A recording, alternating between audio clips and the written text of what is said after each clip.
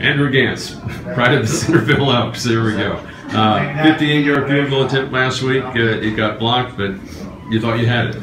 Yeah, I was pretty confident. Out there in Utah, you're at the elevation. The wind's really not that big of a factor. And in pregame, I hit from my long was like 66 or 67 out there, so I was pretty confident we'd have the leg to get it there and hopefully put some points on the board. That was 66 or 7. Is that with the portable holder or? Yeah, with the portable holder. Snap and hold. The longest I went in pregame was like 61. Yeah, right around there.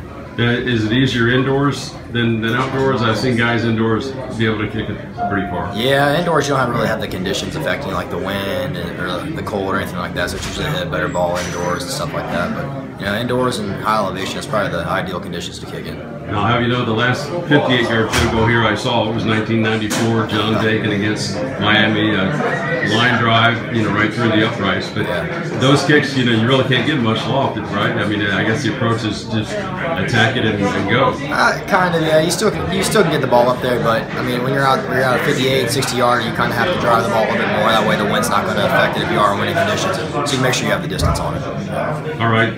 Now you guys have to rebound. You're back home against Connecticut. It went pretty well last year. Did everyone feeling pretty good about this week? Yeah, I think we're all confident, ready to get back on a roll in conference play and turn the season around. I mean, we put 6 wins in a row together last year. I think we're pretty confident we can do it again. What about the homecoming uniforms? A little different. There's the traditional black, the white, and this year's version is a funky helmet and all sorts of things going on. Yeah, you know, it's pretty cool too. One of the key components with Under Armour is they come in here and they do a special uniform for probably every team that they sponsor. So I think we're all excited to get kind of a new look and go out there and put together a good game for us. The other thing I want to ask you about being on the sidelines, because I've been there before. How is it? I mean, people don't realize it's difficult for you guys to even warm up. You have that little net there, and a lot of sidelines are very crowded, and you're kind of having to shove people out of the way. And what do you get? Maybe 2 or 3 kicks into the net, and you got to go out and perform. It's not the easiest thing. It's not. You have to stay loose throughout the whole entire game. I stay on the bike for most of the game, try to keep my legs loose, stuff like that. Always able to get a few kicks in the net before we go out there on the field, but